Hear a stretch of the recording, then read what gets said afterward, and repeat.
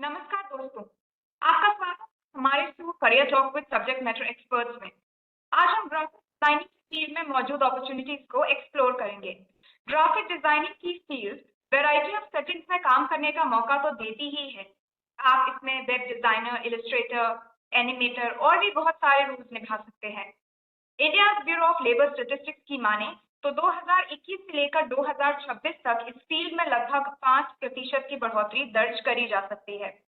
ये field versatile है, interesting और रिवॉर्डिंग भी है। इस पर विस्तार से बात करने के लिए आज हमारे साथ अर्जुन तिलवालिया जी मौजूद हैं। सर यूपीआईडी नोएडा में असिस्टेंट प्रोफेसर के पद पर कार्यरत हैं।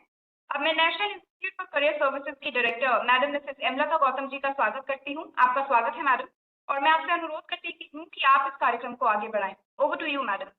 Thank you Akanksha. Thank you Arjun ji for this program. जैसा कि आकांक्षा ने बताया कि ये जो फील्ड है जिसके लिए हमने आपको रिक्वेस्ट करी है, बहुत ही नया फील्ड है, एमर्जिंग फील्ड है। एंड जैसा बताया कि 5% की बढ़ोतरी हुई है इसके अंदर जो कैरियर ऑप्शंस है उसमें। तो ये जरूर बहुत ही ऐसा सब्जेक्ट है जिस सब्जेक्ट पे वेबिनार होना बहुत जरूरी था। जितने हमारे यंग प्रोफेशनल इससे जुड़े हुए हैं वो जरूर इस बात का फायदा उठाएंगे। अर्जुन जी, मैं आपको ये बताना चाहूंगी कि ये जो स्कीम है ये government of India ministry of labour की एक ऐसी स्कीम है जो भारत के जितने भी बेरोजगार युवक हैं, या हम यूं कह सकते हैं कि ऐसे युवक लड़के या लड़कियां जो अभी स्टूडेंट हैं और अपना कैरियर बनाने की दिशा में कार्यरत हैं, ऐसे लोगों के लिए हमने ये प्लेटफॉर्म जो है वो फ्री ऑफ कॉस्ट अरेंज किया है। ये भारत सरकार की जो सुविधा है ये अक्रॉस इंडिया एमसीसीज में अवेलेबल है, जिन्हें मॉडल कैरियर सेंटर कहते हैं। ये मॉडल कैरियर सेंटर कुछ और नहीं है, पहले जो एम्प्लॉयमेंट एक्सचेंजेस थे उन्हीं को हमने मॉडर्नाइज किया है और नई टेक्नोलॉजी के साथ में हमने इक्विप किया है। तो जो भी देश का युवा है जो जॉब पाना चाहता है, जो चाहता है कि उसको घर बैठे सारी सुविधाएं मिले, वो इस एनसीएस पोर्टल पे जा करके रोजगार पर एक सुविधाएं ले सकता है। चूंकि जितने भी हमारे जो ऑफिसर हैं एम्प्लॉयमेंट सर्विसेज देने में व्यस्त हैं, उन सभी को भी ये मालूम होना चाहिए कि कौन कौन से फील्ड हैं जो एमर्जिंग है, कौन कौन से फील्ड हैं जिसमें हम बच्चों को और गाइड कर सकते हैं। तो इसी उद्देश्य को मद्देनजर रखते हुए हमने इस प्रोग्राम की शुरुआत करी है। और मुझे उम्मीद है कि जो हमने आज तक प्रोग्राम किए हैं वो सारे के सारे प्रोग्राम बहुत ही वैल्यूबल थे, और आगे भी ऐसे प्रोग्राम हम करते रहेंगे ताकि हम हर फील्ड के एक्सपर्ट के साथ बात करके ये इंश्योर कर सकें कि जो बच्चा आज पढ़ रहा है वो पहले से ही उसको पता हो कि अगर मैं इस फील्ड में जाऊंगा तो मुझे क्या क्या ऑप्शन अवेलेबल है।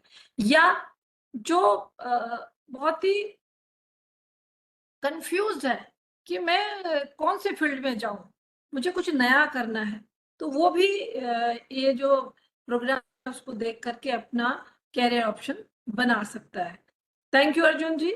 आई थिंक बहुत ज़्यादा समय ना लेते हुए मैं चाहूंगी कि आप इस फील्ड के बारे में जुड़े हुए हमारे सभी साथियों को बताएं, और ताकि हम इस चीज को जहां तक हो सके वहां मैक्सिमम तरीके तक हम नीचे लेवल तक पहुंचा सके।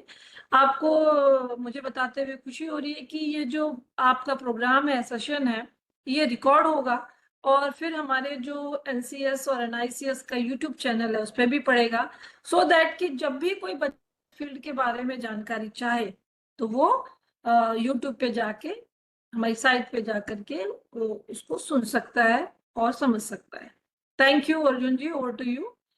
मैं उम्मीद करूंगी जितने हमारे यंग प्रोफेशनल्स जुड़े हुए हैं वो इसको ध्यान से सुने समझे, और जो भी यूट्यूब वीडियोस हमारे पड़े हैं वो कंसर्न्ड जॉब सीकर या कंसर्न प्रोबेबल जॉब सीकर को जरूर बताएं, और ताकि ज्यादा से ज्यादा संख्या में लोग उसको देखें, सुने और समझें। Thank you. Thank you ma'am. ठीक है ठीक है, तो पहले तो मैं अपने बैकग्राउंड के बारे में बताना चाहूँ कि हाँ जी, तो अभी मैं असिस्टेंट प्रोफेसर हूँ Uttar Pradesh institute of design, और यहाँ पे मेरे को काफ़ी सारे सब्जेक्ट हैं डिजाइनिंग से रिलेटेड जो कि मैं पढ़ा रहा हूँ। इसमें से कुछ है graphic designing, animation, photography and videography and documentary से मैं सब्जेक्ट यहाँ पे ले रहा हूँ। और मेरी लाइफ जर्नी शुरू हुई एमआईटी यूनिवर्सिटी जाने, वहाँ पे मैंने bachelor in design, bachelor in fine मैंने ज्वाइन किया 4 साल तक। वहाँ पे मैंने एनिमेशन की डिग्री, काफ़ी सारे असाइनमेंट। उसके बाद फिर मेरे को अपॉर्चुनिटी मिली एक कंपनी के साथ जो दिल्ली मेट्रो के टेंडर उठाती थी, और उनके वहाँ पे मैंने एज ग्राफिक डिजाइन काम। फिर उसके बाद मेरे को लगा कि मेरे को अपना टैलेंट थोड़ा और बढ़ाना चाहिए, मेरे को और स्किल की नॉलेज चाहिए। तो इसके बाद मैं मास्टर्स के लिए college of art new Delhi, वहाँ पे मेरा सब्जेक्ट था स्पेशलाइजेशन की विजुअल कम्युनिकेशन में, और उसके अंदर मेरा एक और स्पेशलाइजेशन था प्रोडक्ट एंड पैकेजिंग डिजाइनिंग। तो इसके अंदर मैंने कुछ प्रोजेक्ट किए, काफ़ी अच्छे प्रोजेक्ट किए, और उसमें कुछ अवार्ड भी मिले।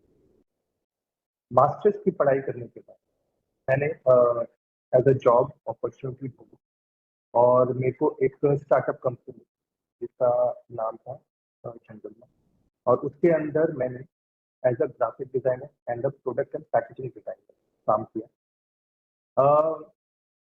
इस कंपनी की खास बात ये थी कि एक तो फ्रेश कंपनी थी, और मेरे को कुछ अलग तरीके से कुछ नई चीज़ें डेवलप, नई तरीके से सोचना और फ्रेश कॉन्सेप्ट को कैसे डेवलप करना, ये मैंने उसके अंदर अपना काम किया। और ये अच्छी बात थी इस कंपनी के अंदर, क्योंकि इस कंपनी में पौधों से रिलेटेड काम किया जा रहा था। पौधे कैसे डेवलप होते हैं, उसको कैसे मार्केट में बेचा जाएगा, उसको किस तरीके से आप प्रोडक्ट डिजाइनिंग कर सकते हैं, उसके अंदर आप किस तरीके से लोगों को समझा सकते हो कि मतलब कि फेसबुक, इंस्टाग्राम, सोशल मीडिया पे बेच सकते हो, आप कैसे आप अपना काम बेच सकते हैं या अपने प्रोडक्ट कैसे बेच सकते हैं, और कितना कन्विंसिंग हो सकता है कि आप अपने प्रोडक्ट को सोशल मीडिया या किसी को वर्कशॉप देते हुए या कुछ सेमिनार बताते हुए आप अपना प्रोडक्ट कैसे सिलाई सकते हैं। फिर उसके बाद मैंने दिल्ली मेट्रो के साथ फिर से दोबारा ज्वाइन किया। उनके साथ मैंने मेट्रो म्यूजियम, एक बहुत बड़ा म्यूजियम है के अंदर एक इमेज, उनके साथ मैंने मिलकर इमेज के साथ मिलकर मैंने मेट्रो म्यूजियम डिजाइन किया। और फिर उसके बाद मैं एक और कंपनी में गया, उसके अंदर सोशल मीडिया जैसे क्रिप्टो करेंसी हो गया और कोकोलीट हो गए, उनके डिजाइनिंग, पोस्टर डिजाइन करना, उसके एडवर्टाइजिंग, प्रोडक्ट कैसे छपेंगे, टी शर्ट कैसे बनेगी, होर्डिंग और पोस्टर कैसे लगेंगे, ये सब कुछ मैंने दिखाया। एट द एंड में फिर मेरे को लगा कि अब मेरे को लॉट ऑफ बहुत सारा ज्ञान मैंने इकट्ठा किया है, तो चलो अब इसको धीरे धीरे करके अपने आप को भी डेवलप करते हैं और बच्चों को भी इसके बारे में बताते हैं कि किस किस तरीके से हम अपने आप को डिजाइनिंग को लेकर हम वर्ल्ड वाइड कैसे हम डेवलप कर सकते हैं। तो फिर मैंने दिल्ली टेक्नोलॉजी यूनिवर्सिटी मैंने ज्वाइन किया एज अ रिसर्च इंटर्न। फिर उसके वहाँ पे जाके मैंने बच्चों को सिखाया, उनसे भी कुछ सीखा, क्योंकि जनरेशन हमेशा डेवलपमेंट में चलती है, और हमारे यंग जो बच्चे हैं उनके पास काफ़ी सारी सीखने की बहुत ही क्षमता होती है, वो बहुत ही जल्दी से सीखते हैं। तो एआई का ज़माना आ गया है, जिसके अंदर वो एआई की हेल्प लेकर अपनी सारी प्रोजेक्ट करते हैं। फिर उसके बाद मेरे को अपॉर्चुनिटी मिली यहाँ पे संभव समय मेरे को मौका दिया यहाँ पे कि बच्चों को पढ़ाऊं और कुछ नई थिंकिंग के साथ उनकी सोच को थोड़ा और पेपर वर्क पे और उसके डिजाइन डेवलपमेंट। ठीक है, तो हमारा जो आज का टॉपिक है graphic designing. Graphic designing basically जो निकला है वो विजुअल कम्युनिकेशन से निकला है। विजुअल कम्युनिकेशन का मतलब ये होता है कि विजुअल का मतलब ये होता है कि कोई भी इमेज,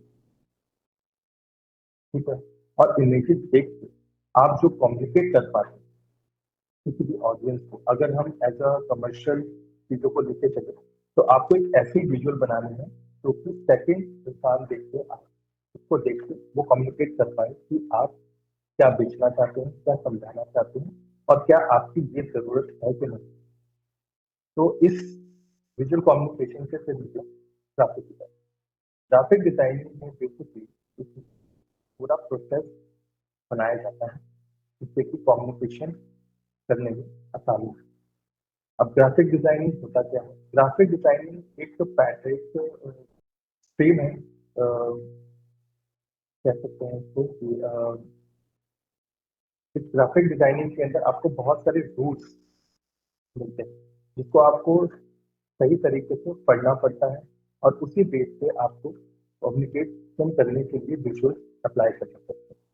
फॉर एग्जाम्पल, अगर आपको कोई चिप्स का पैकेट बेचना है तो आप किस तरीके से बेचेंगे उसको, आप उसके बारे में इंफॉर्मेशन कैसे कलेक्ट करेंगे, आखिर उसकी जरूरत क्या है, और आखिर वो चिप्स कहाँ तक आपको फायदा पहुंचाएगा। तो ये सारी इंफॉर्मेशन कलेक्ट करके आपको एक विजुअल तैयार करना पड़ता है। अगर मैं कहूँ कि अगर एक चिप्स का पैकेट है और उसके अंदर चीज भी है और कॉर्न फ्लेवर भी है, तो उसके साथ हम उसके सारे चिप्स के पैकेट के साथ वो सारे मटेरियल लगाएंगे, उसी हिसाब से फिर कलेक्शन करेंगे और उसी के हिसाब से हम उनको टेक्स्ट ग्रुप में देंगे। इस तरीके से ग्राफिक तैयार हो। बट आजकल के टाइम पे ग्राफिक डिजाइनर की जॉब है वो बहुत ज्यादा रिस्पॉन्सिबिलिटी वाली भी हो गई है और बहुत ही चैलेंजिंग हो गई है। फॉर एग्जाम्पल, अगर कोई भी, जैसे कि कोई भी आर्टिस्ट, ग्राफिक आर्टिस्ट कोई भी पोस्ट डिजाइन करता है और उसका पोस्ट गलत तरीके से अगर मैसेज देता है किसी ऑडियंस को, तो it become a very failure kind of post. तो वो नेगेटिव अप्रोच ना चली जाए, इसलिए बहुत ही रिस्पॉन्सिबिलिटी के साथ ग्राफिक डिजाइनर को काम करना है। अब चैलेंजेस क्या होते हैं? कुछ कुछ बच्चों के दिमाग में ये चलता रहता है कि हम ग्राफिक डिजाइनर हैं और हमारे पास एक लैपटॉप है, हम उसके अंदर कुछ वगैरह लगा के हम उसके ऊपर कुछ भी इंफॉर्मेशन बना सकते हैं। बट आज के टाइम पे ग्राफिक डिजाइनर को बहुत सारे काम करने पड़ते हैं और बहुत ही रिस्पॉन्सिबिलिटी के साथ। जैसे कि मैंने अपनी प्रीवियस कंपनियों में काम किया। अब एज अ ग्राफिक डिजाइनर मेरे को ये एनालाइज करना मेरी रिस्पॉन्सिबिलिटी है कि प्रोडक्ट को मैं कैसे दिखाना चाहता हूँ, किस एंगल पे दिखाना चाहता हूँ, कितनी नेगेटिव स्पेस होगी, और उसके साथ साथ मेरे को ट्रेंडिंग भी फॉलो करना पड़ता। अगर मैं 2 साल पुराना ट्रेंड फॉलो करूंगा ग्राफिक्स का, तो आज के टाइम पे वो एक्सेप्टेबल ही नहीं। तो हर टाइम चीजें बदलती रहती है ग्राफिक डिजाइनिंग वर्ल्ड के अंदर। यहाँ पे ऐसा नहीं होता कि ग्राफिक डिजाइनिंग पे अगर आप कुछ तो सिर्फ आपको ही काम नहीं करना, आपके साथ पूरी सपोर्टिव टीम होती है।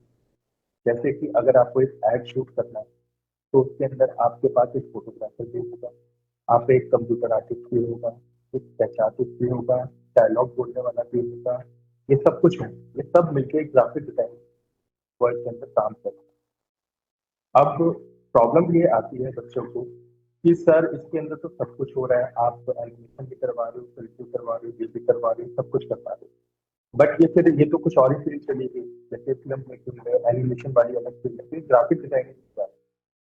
ग्राफिक डिजाइनिंग में बेसिकली ये हो रहा है कि आपको अपने प्रोडक्ट को समझाने के लिए, आपको अपने प्रोडक्ट को समझाने के लिए चाहे वो एनिमेशन करना पड़े, चाहे टेक्स्ट एनिमेशन करना पड़े, चाहे किसी की फोटोशूट करना पड़े, चाहे किसी का वीडियोग्राफी करना पड़े, कुछ भी करना पड़े, आपको उसको प्रोडक्ट को समझाना, समझ के फिर आप जो एक इमेज या वीडियो निकालते हैं उसको ग्राफिक डिजाइनिंग कहते हैं आज के टाइम।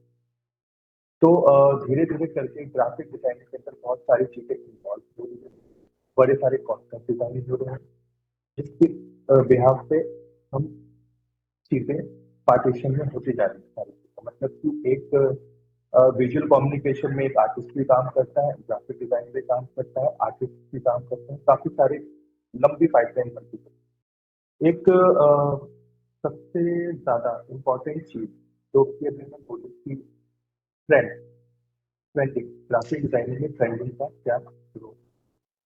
ये ट्रेंडिंग हम नहीं बनाते हैं, ठीक है। ये जो इंटरनेशनल कुछ आर्टिस्ट होते हैं वो कुछ एक कम्युनिटी बैठती है, उसके में इंटरनेशनल आर्टिस्ट है, और वो डिसाइड करते हैं कि इस साल ग्राफिक डिजाइन के अंदर ये ट्रेंड फॉलो। तो इसका क्या मोटिव है ट्रेंडिंग का? ट्रेंडिंग का मोटिव ये है कि आपको हर साल कुछ नया देखने को मिले। अगर अगर मैं आज का ट्रेंड कहूँ तो इस साल का ट्रेंडिंग जो चल रहा है वो पॉप आर्ट मिक्स स्टाइल चल रहा है। पॉप आर्ट मिक्स स्टाइल क्या होता है? जैसे पुराने टाइम पे हम न्यूज पेपर में कैनिल का मैन्यू एक छोटा सा कॉमिक देते थे 4 दिन बाद। ठीक है, उसमें डॉट डॉट होते थे और आपको उन्हें टेक्स्ट होता था, रेड एंड येलो का बहुत कलर यूज होता था और ब्लैक आउटलाइन होती थी। तो ये आजकल का ट्रेंडिंग स्टाइल। तो इस टाइप के कॉम्बिनेशन को डिफरेंट डिफरेंट तरीके से हम बनाते हैं और रिप्रेजेंट करते हैं कि लोगों को ये आज कैसे समझ। अब इसके अंदर यही चैलेंज होता है ग्राफिक डिजाइनिंग का कि आप इसको एक रियलिस्टिक में बनाना चाहते हैं, जैसे 3D मॉडल बनाना चाहते हैं, या इसके अंदर अ, कुछ इस तरीके से इनोवेशन करना चाहते हैं कि कस्टमर को या व्यूअर्स को या देखने वालों को कैसे समझ। इस चीज को समझने के लिए भी आपको एक थर्ड पर्सन की जरूरत होती है जो कि ये एनालाइज कर सके कि ये जब जो आपने आर्ट वर्क बनाया है वो आपकी ऑडियंस किस तरीके से समझेगी। तो मैं एक एक्सपीरियंस शेयर करना चाहूँगा इस बात पे कि मैंने नई नई कंपनी ज्वाइन करी as a graphic designer.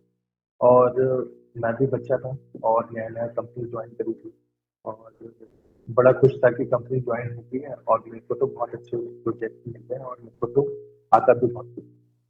But जब मैं अपनी कंपनी में गया और जब मैंने फर्स्ट टाइम किसी के लिए पैसे के लिए काम किया तो लिटरली 50 to 60 टाइम पूरे 10 दिन मैंने 50 to 60 डिजाइन बनाए और सारे के सारे रिजेक्ट। इट वॉज शॉकिंग कि मैं कॉलेज में इतना ज़्यादा मतलब कि काम करता था, मैं खुद दिमाग होता था, मैं एक कॉन्सेप्ट डिजाइन करता था। बट जब मैं कंपनी में गया तो मेरे पहले ही महीने 30 दिन के अंदर मेरे सारे प्रोजेक्ट रिजेक्ट हो गए। बनाता मैं अच्छा था, सबको पसंद आते थे, बट जो हमारे जो डायरेक्टर साहब थे कंपनी के अंदर उन्होंने मेरे को मेरी गलतियां बताई कि तुम जो बना रहे हो वो आर्टिस्टिक लेवल। इसमें भी दो चीजें हैं, एक होता है आर्टिस्टिक लेवल डिजाइन बनाना और कमर्शियल आर्टिस्टिक। मेरा जो आर्टवर्क जो था उस टाइम पे वो आर्टिस्टिक बेस पे, इसको मैं सिर्फ और सिर्फ एक ही चीज बना सकता हूँ और वो दोबारा चीज डेवलप नहीं की जाती। जैसे कि एक पेंटिंग होती है ना, पेंटिंग को हम एक ही बारी बनाते हैं और उसकी सिर्फ कॉस्टिंग डिसाइड हो जाती है कि ये बन गई है, अब ये बिकेगी, इन फ्यूचर बिकेगी। इसका कोई कॉपी वर्क नहीं करता। ठीक है, जो भी न्यू आर्ट पुराने आर्टिस्ट होते हैं उस टाइप। ठीक है, बट कमर्शियल आर्ट में ये होता है कि आपको इस तरीके से डिजाइन करना पड़ता है ताकि इसके मल्टीपल कॉपीज हो, डिफरेंट डिफरेंट लेवल के डिजाइन। अब इसमें एक और चीज इन्वॉल्व है, मल्टीपल डिजाइन। मल्टीपल डिजाइन इसलिए क्योंकि ग्राफिक डिजाइनिंग में हर जगह आप अपने आप को अपने प्रोडक्ट को रिप्रेजेंट करने के लिए डिफरेंट डिफरेंट जगह पे लगाते हैं। फॉर एग्जाम्पल, एक पोस्टर होर्डिंग पे भी लगेगा, एक पोस्टर ब्रॉशर पे छपेगा, एक पोस्टर का मेन्यू कार्ड भी बनेगा और सब में डिजाइन है एक ही लेवल पे चलेगा, बट इसके कंटेंट आगे पीछे ऊपर नीचे छोटे बड़े होते रहेंगे। इस तरीके से मल्टीपल चीजें। अब इसके अंदर एक और चीज इन्वॉल्व है जिसको हम कहेंगे पेसिंग। पेसिंग पेसिंग का मतलब ये नहीं होता कि आपने सब कुछ हर जगह भरना है, डालते जाना है, कुछ भी जगह छोटी सी खाली मिलती है वहां पे कुछ भी कुछ डालना है। कभी कभार नेगेटिव स्पेसिंग बहुत अच्छी तरीके से वर्क करती है लोगों को समझने में कि आखिर ये चीज क्या है। फॉर एग्जाम्पल, केजरीवाल जो है उनके जो पोस्टर जो है टू द पॉइंट। ठीक है, उनको कुछ कलर नहीं चाहिए होता, वो कभी भी व्हाइट बैकग्राउंड का पोस्टर लगाते हैं, ऊपर ब्लैक कलर से लिखवा देते हैं। ठीक है, तो वो डायरेक्ट पॉइंट हो जाता है। Simple C. बट ये तो अब कहानी आती है कि politics, sorry politics, commercial. Commercial में हमको काफी सारी चीजें इन्वॉल्व करनी पड़ती है, जैसे है फिल्मों को भी आता है, promotion भी आती है, कैरेक्टर भी आता है, ब्रांड एम्बेसडर भी आता है, प्रोडक्ट भी होता है। तो हम इस चीज को कैसे मैनेज करें ताकि एक इंसान उसको जब देखे तो वो चीज समझ जाए कि ये चीज, ये इंफॉर्मेशन दे रही है। अगर एक रोलेक्स की घड़ी शाहरुख खान लेके खड़ा हुआ है, तो वो अलग रिप्रेजेंट होगा, उसके साथ कोई हॉट पॉट नहीं होगा, नेगेटिव स्पेस होगी, पीछे का ब्लैक बैकग्राउंड होगा और सामने उसके शाहरुख खान खड़ा होगा अपने हाथ को दिखाते हुए जहाँ पे उसने रोलेक्स पहना। तो ये क्लासी ग्राफिक्स होते हैं। बट अगर हम किसी लीक की बात करें, तो तस्वीर हो गई, फोटो लीक हो गई, उसके अंदर हम बैलेंस करना पड़ता है, क्योंकि उसके अंदर स्पॉन्सर बहुत सारे होते हैं, उसके अंदर एक करेक्टर भी होता है तो खेलता हुआ दिखाई जाता है, और भी काफी सारी चीजें होती हैं जो कि टेक्स्ट को मैनेज करना होता है, कब हो रहा है, होली के टाइम पे हो रहा है, या किसी स्पेशल टीम के साथ वो खेला जा रहा है, इस तरीके से। अगर तो एज अ ग्राफिक डिजाइनर हमारी बहुत ही ज्यादा रिस्पॉन्सिबिलिटी होती है कि हम एक कंटेंट ज्यादा से ज्यादा समय लेकर समझें। जैसे कि अ, मेरी फर्स्ट जॉब थी एज अ ग्राफिक डिजाइनर जंगल मॉन्ग कंपनी के अंदर। हमें कुछ नहीं पता था कि जंगल मॉन्ग क्या करेगी, सिर्फ इतना पता था कि ये कंपनी सिर्फ और सिर्फ पेड़ पौधे और पेड़ से रिलेटेड प्रोडक्ट बेचना चाहती है। अब उनको लोगों तक क्या, अब ये स्टार्टअप कंपनी, तो अब हम इंफॉर्मेशन लोगों तक कैसे पहुंचाएं, प्लानिंग करनी पड़ती है। हमें कुछ नहीं पता था, हमने लोगो डिजाइन किया, लोगो बेच किया, फिर दोबारा लोगो डिजाइन किया, फिर उसको रिपब्लिश किया, फिर एट द एंड कुछ और प्लानिंग करके हमने लोगो डिजाइन किया, वो भी बेस्ट। क्योंकि वेस्टेज इसलिए जा रही थी सारे काम की, क्योंकि हमें एक पैटर्न फॉलो नहीं करते। स्टार्टअप में हमेशा ये दिक्कत होती है कि पहले आप अपना आइडिया अगर आप क्लियर नहीं रखोगे, तो उससे रिलेटेड जो भी आप ग्राफिक डिजाइन प्रोडक्ट जो भी बनाओगे, वो क्लैरिटी ही नहीं होगी आपके डिजाइनिंग पर। 4-6 महीने लग गए हैं एक जंगल मॉन्ग का पूरा कॉन्सेप्ट प्रोफाइल बनाने में। रिटर्न हमने कोई भी अभी तक ग्राफिक्स कोई भी नहीं, हमने पहले खुद को समझाया कि ये कंपनी किस तरीके से काम करती है। हमने कुछ पेपर वर्क बनाए कि हम लोग ऐसे डिजाइन करते हैं कंपनी के प्रोडक्ट ये होंगे, इस तरीके से होंगे। तो हमने कम से कम 20-25 प्रोडक्ट बनाए।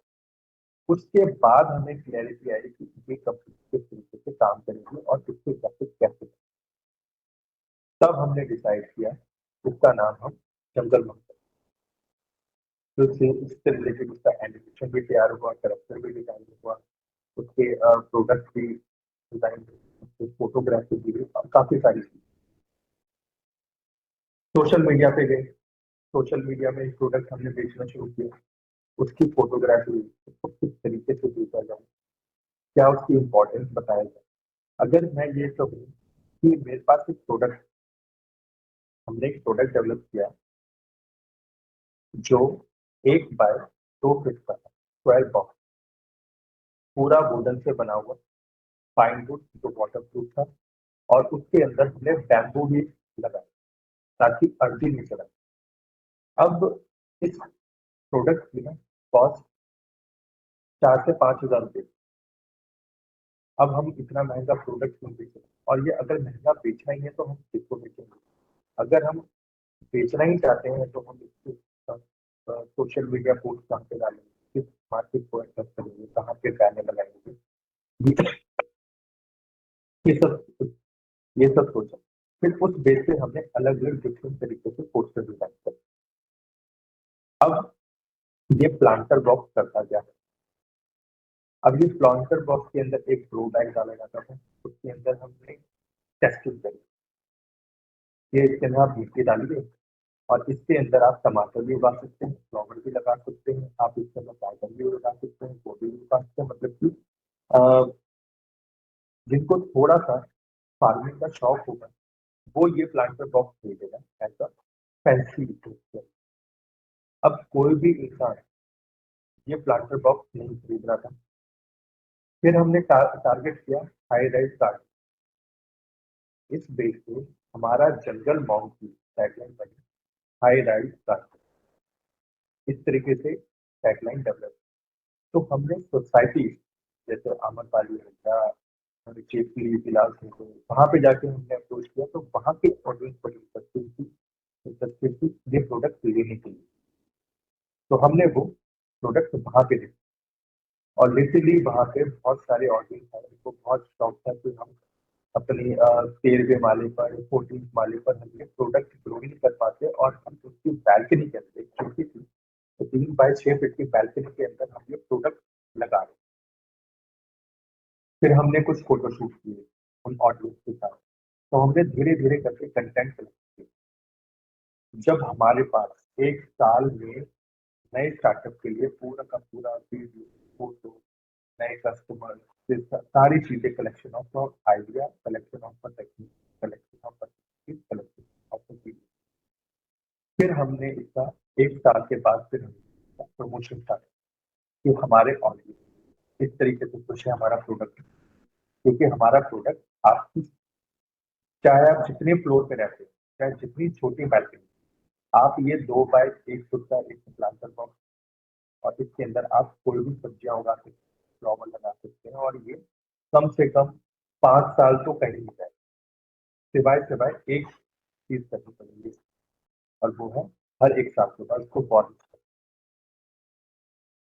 प्रोडक्ट हुआ हमारा है, हमने उसकी एडवर्टाइजिंग करी, उसको सोशल मीडिया पे डाला, तो हमने बड़े बड़े होर्डिंग्स भी लगाए, न्यूज़पेपर एडवर्टाइजिंग लगाई, बेहतरीन तरीके से उसके ऊपर काम करके एक ग्राफिक की चीज बड़ी ऑर्गेनाइज तरीके से हमने मेंटेन करी, जो कि सक्सेसफुल।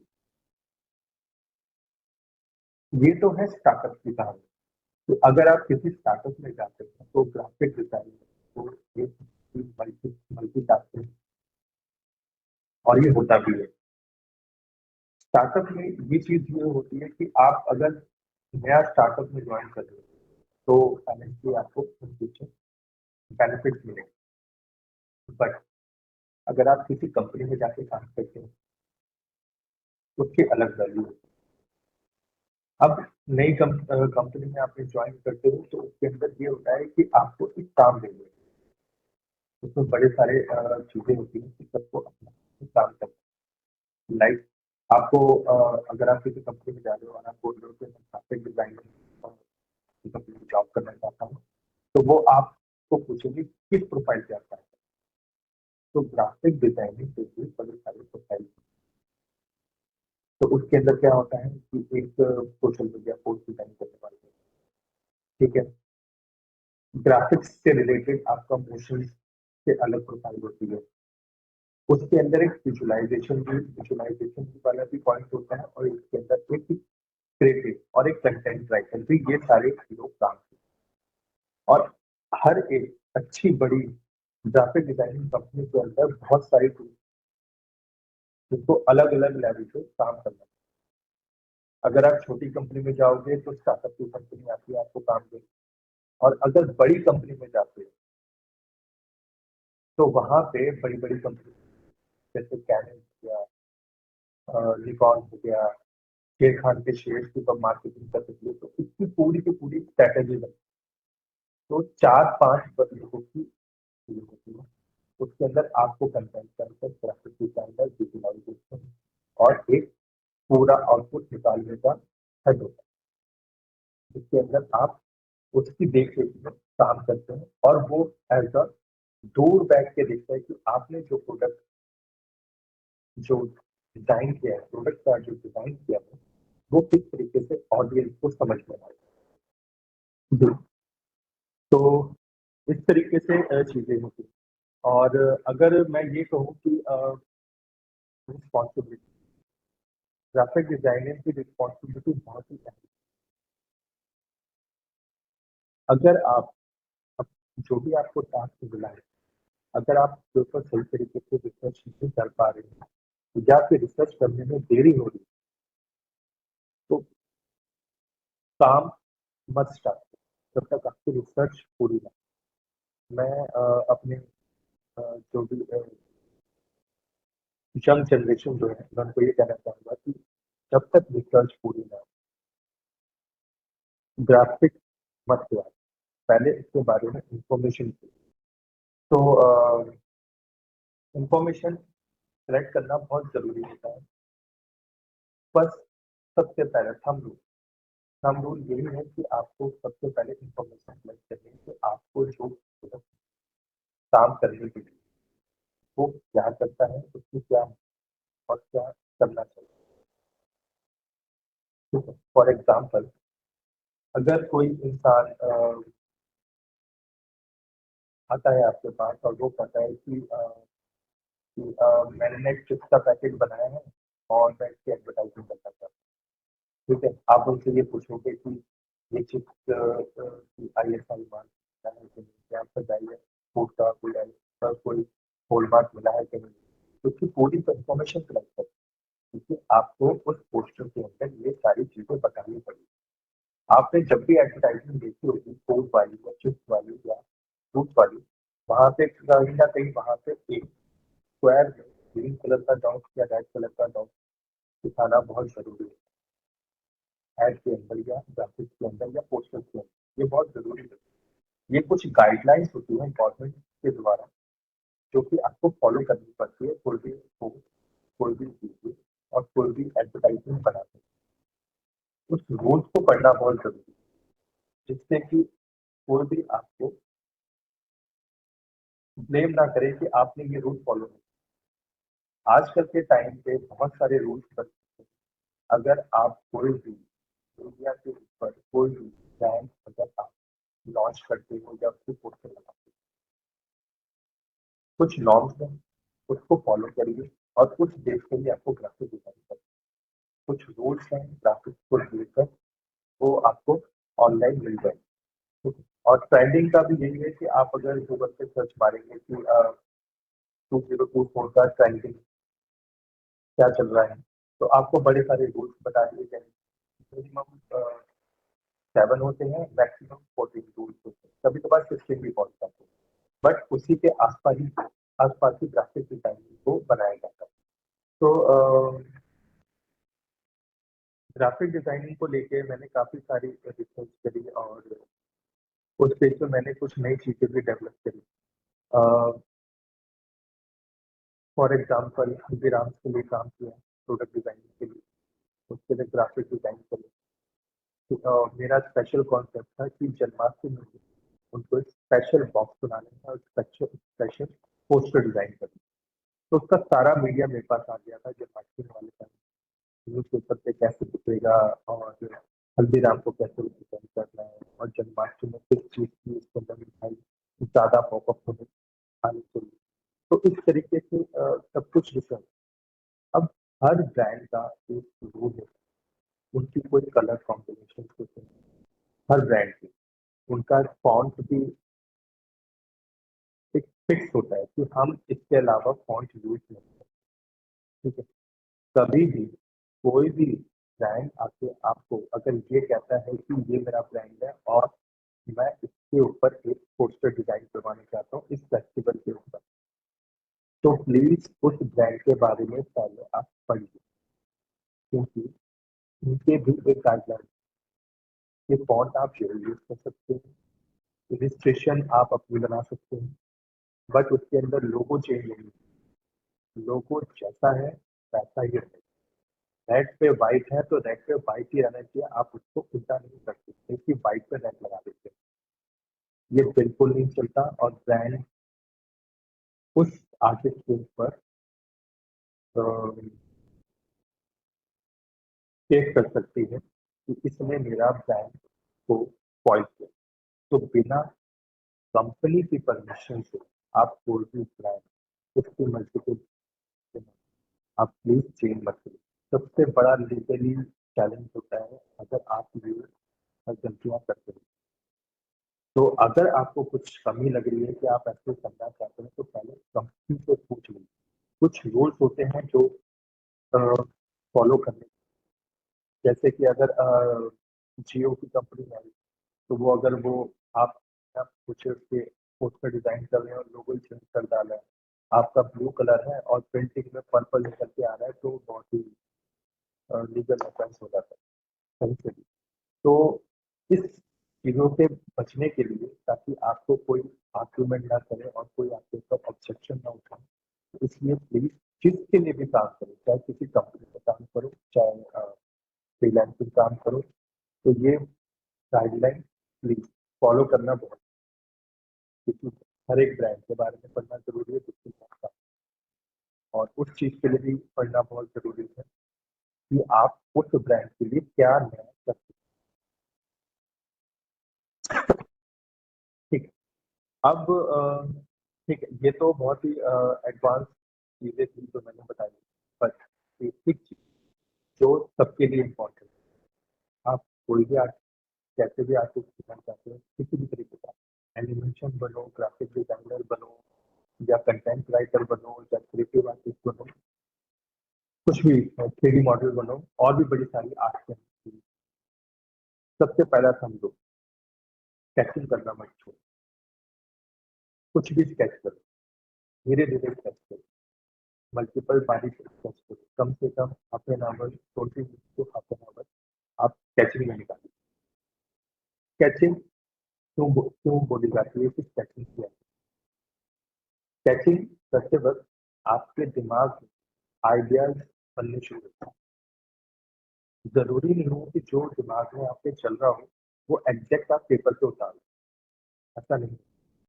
बट जब आप स्केचिंग करते हो तो आपके दिमाग से एक फिक्स पॉइंट पे सोचना शुरू करता है, और वो पेंसिल चलाते चलाते चलाते आपके दिमाग में उसके बारे में question answer question answer question answer repeatedly आपके दिमाग में चलते हैं, एक फाइनल आउटपुट निकालना।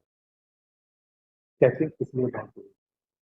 कुछ कुछ लोगों का स्केचिंग, शेडिंग, पेंटिंग प्रोफेशन बन जाता है, but as a graphic designer, as a animation artist, as a photographer, sketching करने का सबसे, सोचने का, अपना माइंड रन करवाने के लिए स्केचिंग की बहुत जरूरत है। जितने भी बड़े आर्टिस्ट हैं, आप एडवर्टाइजिंग एजेंसी में चले जाओ, ट्रांसपोर्ट एजेंसी में चले जाओ, वो सारे के सारे लोग एक चाय पीते हुए, एक हाथ में खाली किताब लेते हुए और एक पेंसिल, पेन नहीं पेंसिल, पेंसिल से कुछ ना कुछ ड्रॉ करते हैं। किसी को भी समझ नहीं आता कि वो क्या ड्रॉ करे, कभी सर्कल ड्रॉ कर रहे होते हैं, कभी फूल पत्ते बना रहे होते हैं, कभी किसी को चिड़िया को देख के बना रहा होता है, फिर कोई किसी को सामने जो बैठा हुआ है उसी को ड्रॉ कर रहा होता है। तो एक टेक्निक दिमाग में बनती है जो कि आपकी सोच डेवलप करती है उस चीज के बारे में सोचने पे, कि आपका उधर तक उस चीज पे फोकस बनाने का मेन माध्यम होता है स्केचिंग। तो तो हम स्केचिंग पे ज्यादा ध्यान देते हैं, ज्यादातर आर्टिस्ट लोग स्केचिंग पे ज्यादा ध्यान देते हैं, क्योंकि उनका फोकस रेगुलर है और उनको अलग से अलग तरीके के डिजाइनिंग पैटर्न बनाने आ जाते हैं। कुछ लोग तो ऐसे होते हैं कि जो भी चीज बनाते हैं, स्केचिंग करते हैं, वही अपने ग्राफिक्स के अंदर यूज करते हैं। फॉर एग्जाम्पल, अगर मैं रैंडमली अगर बैठा और कुछ भी स्केचिंग कर रहा हूँ और मेरे को ये वाला पैटर्न पसंद आ गया, तो मैं वो पैटर्न अपने नेक्स्ट प्रोजेक्ट के ग्राफिक्स में यूज करूँ, चाहे वो एज अ बैकग्राउंड ही डिपेंड करता है कि काम कैसा मिला है। अगर मैं उस समय अगर फूल पत्ते ड्रॉ कर रहा हूँ और एक फेस्टिवल आ रहा है, तो मैं उसके अंदर बैकग्राउंड यूज कर सकता हूँ, और भी काफी सारी चीजें। तो अब ग्राफिक डिजाइनिंग के अंदर कभी कभार एनिमेशन भी इन्वॉल्व होता है, मूवी भी इन्वॉल्व होती है, और कभी कभार लेआउट भी इन्वॉल्व होते हैं।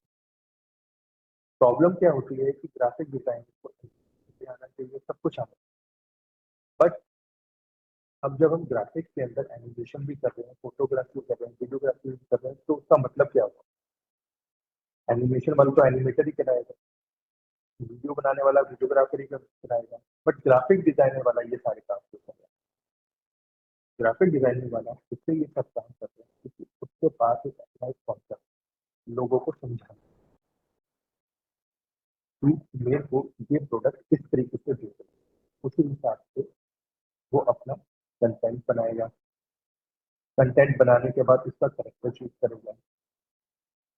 करेक्टर चूज करने के बाद उसके अंदर टेक्स्ट क्या आना चाहिए, कितना आना चाहिए। लिखने के तो हम बहुत बड़ा पैराग्राफ लिख सकते हैं किसी भी टॉपिक पे या किसी प्रोडक्ट के ऊपर, पर हमारी जो ऑडियंस है जो हमें देख रही है और जो प्रोडक्ट को देख रही है, क्या वो इतना बड़ा पैराग्राफ पढ़ेगी प्रोडक्ट के ऊपर कि भाई इसमें क्या लिखना है? तो उसमें जरूरत होती है ग्राफिक डिजाइनिंग की हेल्प। ग्राफिक डिजाइनिंग को सिर्फ हेल्प करता है कंटेंट राइटर।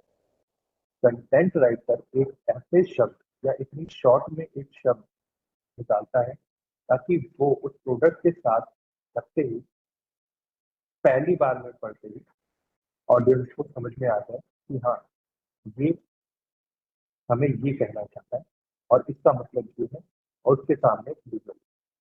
तो इस तरीके से हम ग्राफिक चीजें बिल्ड करते हैं, समझाते हैं और लोगों को कन्वे करते हैं कि ये जो प्रोडक्ट है ये आप इस तरीके से।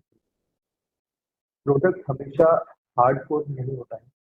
प्रोडक्ट कोई बुक भी हो सकती है, प्रोडक्ट कोई मूवी भी हो सकती है, प्रोडक्ट कोई इंसान का कोई सर्विस भी हो सकती है, या फिर किसी की थिंकिंग भी।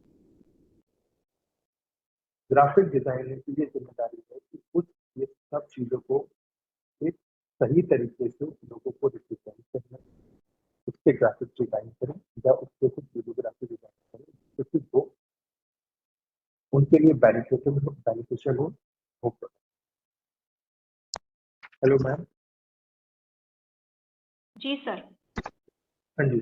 तो क्वेश्चन से शुरू कर लेना। सर सबसे पहला क्वेश्चन तो यही होगा कि इस फील्ड में स्टार्टिंग सैलरी क्या एक्सपेक्ट कर सकते हैं? ठीक है मैम। स्टार्टिंग सैलरी जो इस फील्ड में होती है, अगर आप अभी अभी जस्ट कॉलेज से निकले हैं, अगर कहीं पे आप इंटर्नशिप करते हैं तो स्टाइपेंड मिलता है 5,000 से 8,000। अगर आप प्रॉपर उनके साथ अगर स्टाइपेंड देके 3 महीने 4 महीने अगर बिता देते हैं तो आपको 25,000 रुपीज पर मंथ के हिसाब से ये आपकी चीजें स्टार्ट होती है। इसके बाद आपका ना एक्सपीरियंस काउंट होता है कि आपने कितने प्रोजेक्ट किए हैं, उस हिसाब से आपकी प्रोग्रेस लेवल बढ़ती जाती है। तो अगर 25 का सफर करूँ मैं तो धीरे धीरे करके अगर आप 3 साल अगर आप डिजाइनिंग में डालते हैं तो आपकी 50,000 हो एक्सपीरियंस, और अगर आपने 7 साल हो गए तो 80,000 तो आपकी हो जाती है ये। बस इसमें कुछ और भी चीजें होती हैं कि कुछ स्टार्टअप भी इन्वॉल्व हो तो उसकी अलग वैल्यूएशन डिपेंड करता है कि आप किस किस रैंक के लिए काम। तो जॉब्स में स्टाइपेंड इंटर्नशिप कर रहे हैं तो 5 से 8,000 रुपीज स्टाइपेंड मिलता है कंपनी की तरफ से, और अगर आप उनके साथ 6 महीने तक निकाल लेते हैं और उनको काम आपका पसंद आता है तो वो 25,000 रुपीज की ऑफर आपको दे देंगे। नेक्स्ट। सर इस फील्ड में बेसिक सॉफ्टवेयर क्या हैं जो बच्चों को आने चाहिए? जी हाँ, सॉफ्टवेयर बहुत ही ज़्यादा इम्पोर्टेंट है ग्राफिक डिजाइनिंग के अंदर। और जैसा कि मैंने पहले कहा कि पहले आपकी विजुअलाइजेशन आपकी बहुत अच्छी होनी चाहिए। आपको पता होना चाहिए कि आपको क्या बनाना है, और बनाने के लिए सॉफ्टवेयर से पहले आप पेन एंड पेंसिल का इस्तेमाल कीजिए, उस पर पहले लेआउट बनाए। बट हाँ, रही बात सॉफ्टवेयर की, जब ये सब कुछ आपके माइंड में है तो सॉफ्टवेयर जो होते हैं, पहला सॉफ्टवेयर होता है एडोबी का मास्टर सिलेक्शन, मिलता है मार्केट के अंदर, और कुछ फ्री ऑफ सोर्स भी मिल जाते हैं। तो एडोब मास्टर कलेक्शन के अंदर आपको मिलता है प्रीमियर प्रो, जो कि वीडियो एडिटिंग का काम करता है। आफ्टर इफेक्ट वो भी वीडियो एडिटिंग का काम करता है, बट उसके अंदर स्पेशल इफेक्ट कर सकते हैं। उसके बाद आता है आपका इलिस्ट्रेटर। इलिस्ट्रेटर में आप लोगो डिजाइन कर सकते हैं और अपना कोई भी इमेज मैनिपुलेट कर सकते हैं। ठीक है। उसके बाद आता है फोटोशॉप। फोटोशॉप में आप टेक्सचर इन्वॉल्व कर सकते हैं, फोटो को और इन्वॉल्व कर सकते हैं, फोटो के साथ जितना एडिटिंग पर्पज के लिए यूज करना चाहते हैं कर सकते हैं। इलिस्ट्रेटर और फोटोशॉप डिफरेंस ये है कि फोटोशॉप में आप इमेज को किसी भी तरीके से आप चेंज मैनिपुलेट कर सकते हैं, और इलिस्ट्रेटर जो होता है वो होता है वेक्टर बेस्ड, मतलब कि उसके अंदर लाइन ड्राइंग शेडिंग के ऊपर काम किया जाता है। उसके बाद और भी सॉफ्टवेयर है, बट वो जैसे ड्रीम वीवर हो गया, साउंड बूथ हो गया, और भी सारी चीजें होती हैं। बट ग्राफिक डिजाइनिंग के लिए एक्सपीरियंस तो आफ्टर इफेक्ट, इलिस्ट्रेटर और फोटोशॉप। अगर आपको वेबसाइट डिजाइनिंग करने में इंटरेस्ट है तो वो भी एज अ ग्राफिक डिजाइनर भी कर सकता है। उसके लिए होता है एडोबी एक्सपी। ये एडोबी का ही है, जिसके अंदर आपको वेबसाइट के लिए फ्रंट जो इमेजेस होती है पूरा लेआउट भी करता है। तो इसमें एडोब मास्टर कलेक्शन में हर साल ये अपग्रेड होता है। जैसे मेरे टाइम पे CC2 था, फिर CC3 हुआ, CC4 हुआ, फिर CS6 आया, फिर एडोबी मास्टर कलेक्शन 2020 आया, 2021 वर्जन आया, फिर ऐसे करते करते एडोबी मास्टर कलेक्शन 2023.22 करके एक अभी का लेटेस्ट वर्जन है एडोबी मास्टर कलेक्शन। और भी अदर सॉफ्टवेयर हैं जैसे कि कोरल ड्रॉ भी एक वेक्टर सॉफ्टवेयर है, बट वो सिंगल सॉफ्टवेयर है, ये कंपनी अलग है एडोबी से। उसके बाद आपकी आती है 3D के अंदर माया, ये 3D मॉडलिंग के लिए। बट हाँ, ग्राफिक डिजाइनर के लिए आपको एक से खरीदने आप सकते हैं इलिस्ट्रेटर, फोटोशॉप, ये सॉफ्टवेयर है ग्राफिक डिजाइन। नेक्स्ट जी सर, एक पार्टिसिपेंट है अमोल, वो ये जानना चाहते हैं कि ग्राफिक डिजाइनिंग के बाद अब्रॉड में क्या अपॉर्चुनिटीज हैं जॉब की? हाँ जी, ग्राफिक डिजाइनिंग में जॉब अब्रॉड में ये अपॉर्चुनिटी है कि वहाँ पे आपको ज़्यादातर ये होता है कि आपको एज अ सिटिंग जॉब में बिठा दिया जाता है। जहाँ तक कि मेरे फ्रेंड सर्कल में जो काम कर रहे हैं, वो कुछ लोग अब्रॉड में जाके किसी अच्छी कंपनी में काम कर रहे हैं, सिटिंग जॉब पे बिठा दिया जाता है, फिर धीरे धीरे आपको प्रोग्रेस की है। तो अगर आपको अब्रॉड कहीं पे जाना है जॉब करने के लिए, तो उसके लिए आप एक वर्क वीजा के लिए ट्राई करिए।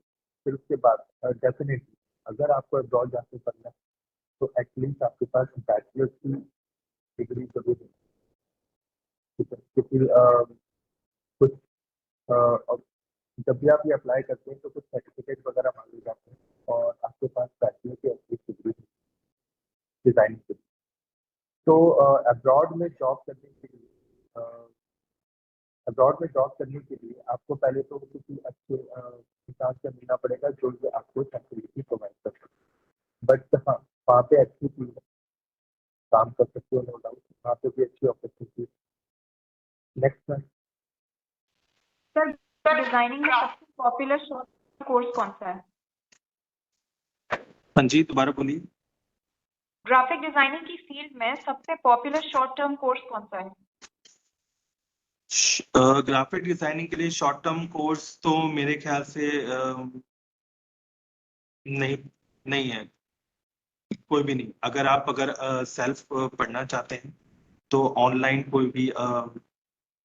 कोई भी एक आर्टिस्ट को आप फॉलो करके उसके गाइडलाइन फॉलो कर सकते हैं।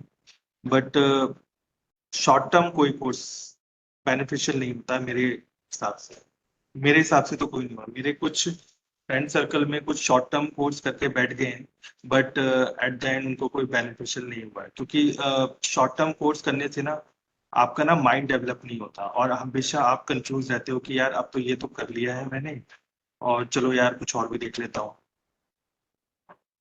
बेटर यही होगा कि आप किसी ऐसी चीज में इन्वॉल्व हो जो कि आपका माइंड डेवलप कर सके और उसी फील्ड में कर सके। उसके लिए आपको पूरा का पूरा अपना 100% देना होता है हर चीज को लर्न करने। तो शॉर्ट टर्म कोर्सेज तो मैं इस चीज के बारे में कोई एडवाइस नहीं करूंगा। अगर आप ग्राफिक डिजाइन का पढ़ना चाहते हैं तो बेस्ट यही होगा कि किसी यूनिवर्सिटी में as a degree course apply करिए, और उसके साथ कुछ और अगर आप करना चाहते हैं करिए। बट शॉर्ट टर्म कोर्स मत करें, कोई बेनिफिशियल नहीं होता। और इन इस शॉर्ट टर्म कोर्स और छोटे मोटे डिप्लोमा या सर्टिफिकेट, सॉरी डिप्लोमा सर्टिफिकेट लेके अगर आप किसी भी कंपनी में जाओगे ना, आपको नहीं लेंगे, कंसिडर ही नहीं करेंगे। एट द एंड आपको वो नैरो प्लेस वाली मार्केट में ही जाना पड़ेगा। तो अगर आप कुछ बड़ा सोच रहे हैं डिजाइनिंग को लेके और करना बड़ा चाहते हैं, तो please go for the degree, short term courses पे मत जाइए। Next question ma'am. Sir questions तो हमारे पास इतने ही हैं। अब हमारी डायरेक्टर मैडम, मैम आपको आवाज आ रही है? Yes, Akansha. Hear me? Yes ma'am, yes ma'am. Yes, ma'am. So thank you. खूबसूरती से आपने छोटे छोटे एग्जाम्पल्स के थ्रू जो हमारे जुड़े हुए साथियों को ये बताया कि ग्राफिक्स में किस तरह का कैरियर अपॉर्चुनिटीज है और क्या वैल्यू है आज की डेट में ग्राफिक्स की। मुझे लगता है कि जो हमारे वाईपीज हैं, जो हमारे ऐसे ऑफिसर हैं जो स्टेट में एम्प्लॉयमेंट सर्विसेज प्रोवाइड कर जॉब सीकर को, वो सभी इससे लाभान्वित होंगे। Thank you so much for joining. हम ऐसे ही एक प्रोग्राम के साथ दोबारा एक वेबिनार करेंगे और डिफरेंट सब्जेक्ट के साथ, ताकि आप दूसरे सब्जेक्ट में भी ये जान सकें कि किस तरह के करियर अपॉर्चुनिटीज अवेलेबल हैं, कहाँ से जाना चाहिए, किधर जाना चाहिए उसको करने के लिए।